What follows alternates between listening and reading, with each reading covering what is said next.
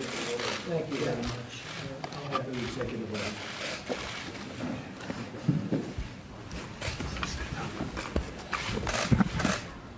Mr. President, these are proposed executive orders approved by the Department of Justice.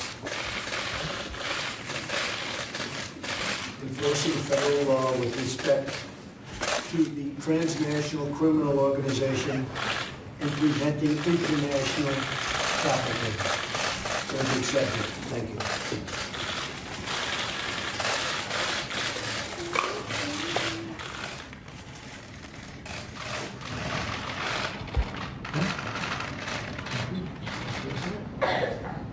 Thank you.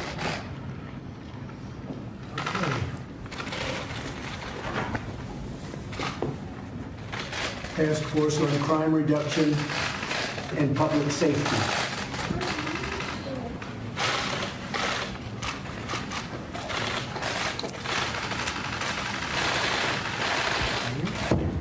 Jeff, want to read all that one? Jeff, want to read that?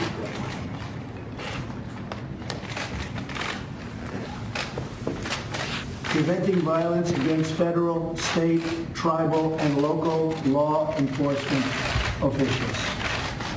Very important. All very important.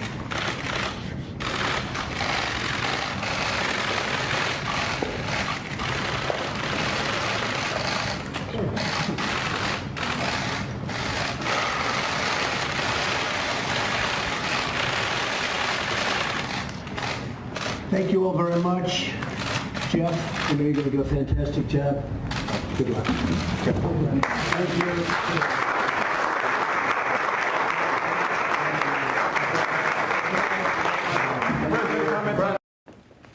My great privilege on behalf of the President of the United States to administer to you the oath of office. Please place your left hand on the Bible. Raise your right hand and repeat after me. I, Jeff Sessions, do solemnly swear I, Jeff Sessions, do solemnly swear that I will support and defend the Constitution of the United States that I will support and defend the Constitution of the United States against all enemies, foreign and domestic, against all enemies, foreign and domestic, that I will bear true faith and allegiance to the same, that I will bear true faith and allegiance to the same, that I take this obligation freely, that I take this obligation freely, without any mental reservation without any mental reservation or purpose of evasion, or purpose of evasion, and that I will well and faithfully discharge the duties and that I will well and faithfully discharge the duties of the office upon which I am about to enter. of the office upon which I am about to enter. So help me God. So help me God.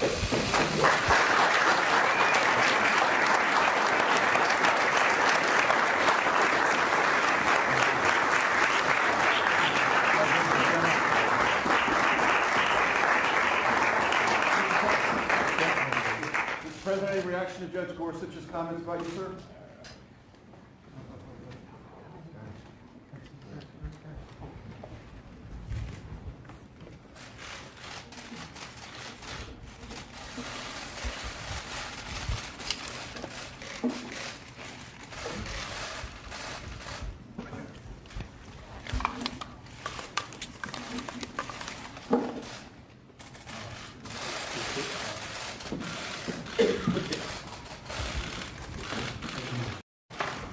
Well, thank you all. I know so many of you through reading and through business magazines, and you've done an amazing job.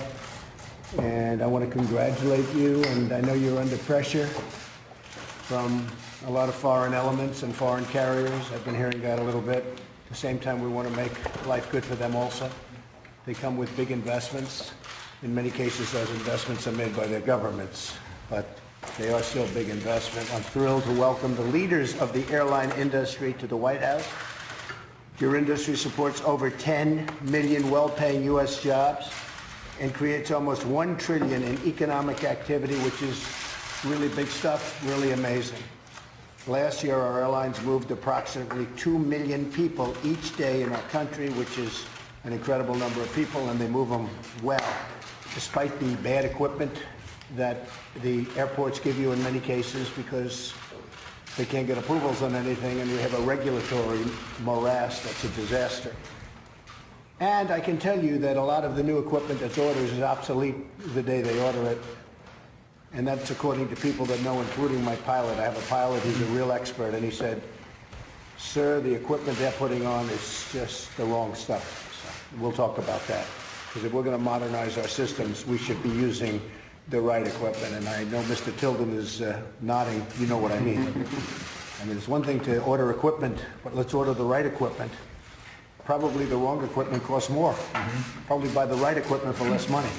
So we want to talk about that because my pilot, he's a smart guy and knows what's going on, said the government is using the wrong equipment and instituting a massive multi-billion-dollar project, but they're using the wrong type of equipment. So let's find out about that.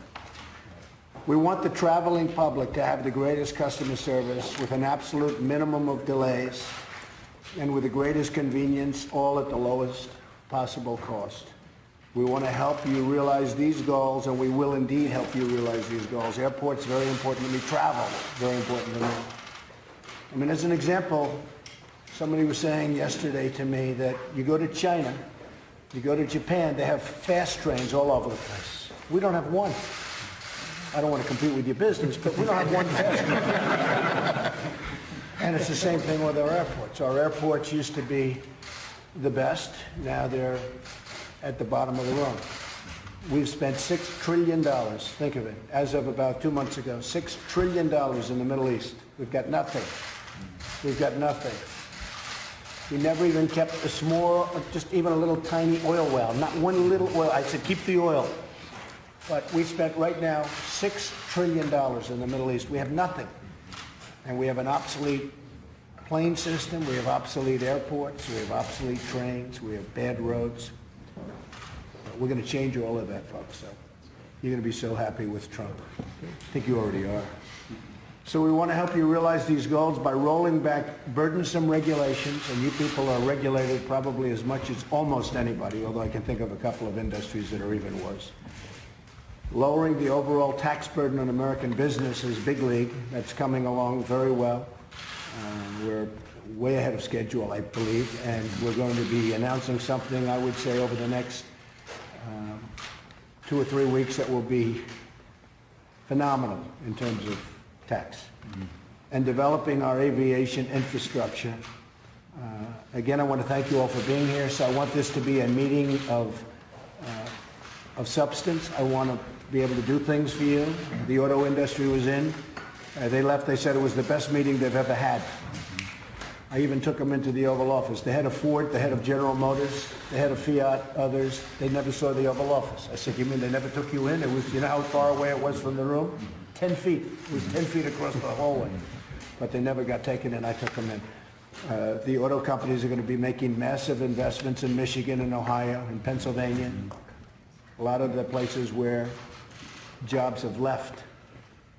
So we're really happy about that. They've been great. Ford is going to build as you know, they canceled a big plant in a certain place. I won't say where. A $2 billion plant, and they're building it in the United States, and they're expanding greatly. General Motors, the same thing. They've been great. They've been great. And I think they'll continue to be great. But we're also going to be great to them. We're going to get rid of a lot of unnecessary regulation, and we're going to make their life a lot easier. They're going to employ a lot more people. So it's working. A lot of businesses are rushing in. They're coming in big league. It's very linear. He tweeted this morning, but before we read the tweet, I just want to tell the folks at home a little background on this. You have Senator Richard Blumenthal, and he was having a private conversation with Judge Neil Gorsuch, and he says that Neil Gorsuch told him that he was disheartened by the president's comments about the judges. And demoralized, and then Richard Blumenthal described it as Trump's abhorrent comments. And then abhorrent and demoralizing and disheartening got part of the mix, but in fact, Mr. Gorsuch never mentioned abhorrent. And okay, so then your boss today tweeted exactly, this. And this is what he tweeted out. He said, Senator Richard Blumenthal, who never fought in Vietnam when he said for years that he had, major lie, now misrepresents what Judge Gorsuch told him.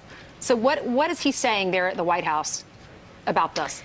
Well, he's saying that the judge has been misrepresented, some of his comments have been distorted, but also probably that you don't reveal a private conversation, even if it means you could be on cable TV 24/7. And I think this is the president's way of reminding everybody, in his view anyway, that Senator Blumenthal has had a credibility problem of his own. We know that gets glossed over. I remember a couple of years ago when he was running for re-election. He's done that many times. He's been a lifelong politician, frankly, and a very wealthy man, Senator Blumenthal. He is somebody who said he fought in Vietnam, and he meant to say he was enlisted during Vietnam. So it's just a matter of a word. That happens to some of us sometimes, but in the case of Senator Blumenthal, it didn't get that much coverage. So perhaps the president is trying to maybe make everybody see the credibility of Senator Blumenthal as well, as he's out there representing the judge's conversation. But look, I go back to one other thing.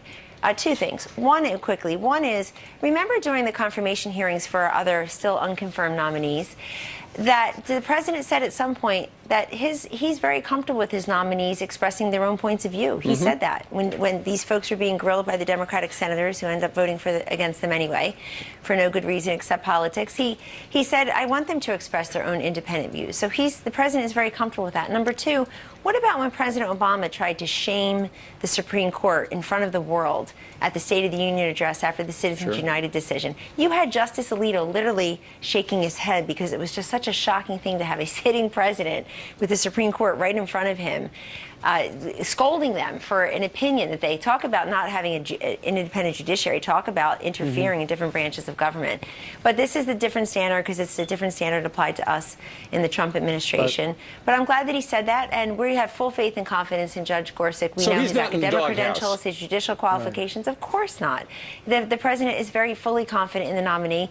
By the way, those Democrats preening around about what Judge Gorsuch said, it really is beside the point. All they care about is who he is on Roe versus Wade. So I'm not even sure why they're raising this. Just real quick before we talk about Ivanka and what she's going through now, I want to just ask you, did the president pick up the phone, or did the judge pick up the phone, or did they speak yesterday after Senator Blumenthal came out with his comments?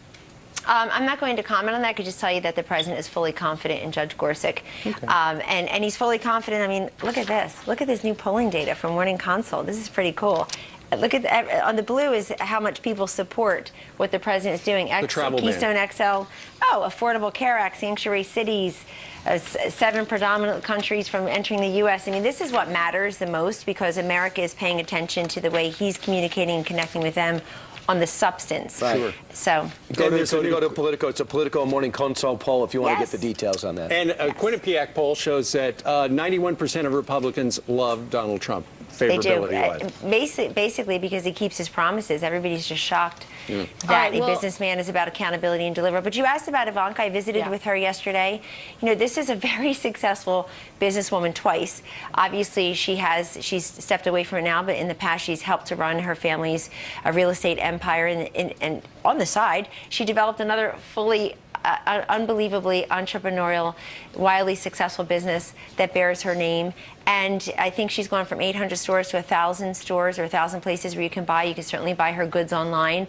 And she's just at a very good place. She's an incredibly confident, creative, talented woman who also supports her father's presidency and realizes that there are bigger issues that he's going to tackle. And if she decides, and it works for her family, she comes inside the White House here, she knows people like Dina Palamy will be working with her to help on women empowerment, women and girls. I do find it ironic that you've got some executives all over the internet bragging about what they've done to her and her line, and yet they're using the most prominent woman in Donald Trump's, most prominent, she's his daughter, and they're using her, who's been a champion for women empowerment, women in the workplace, to get to him. So I think people can see through that. 30 Go seconds. buy Ivanka's stuff is what I would tell you. I hate shopping. I'm going to go get some on myself today. There is that hashtag buy Ivanka right now, but there is that hashtag grab your wallet. Is that behind some of this stuff? Well, some of it is, and we know where that came from, and that's been a huge failure. Goodness, they had a whole election. They had the first female president, everybody thought, talking about that day and night. She had no message, no positive message. That was her message. That failed at the ballot box. And then they had a march saying the same thing the day after he was sworn in as president. They're welcome to march, but what's coming of it in terms of, commercial interest? It's a wonderful line. I own some of it. I'm going to give a free commercial here. Go buy it today, everybody. You can find it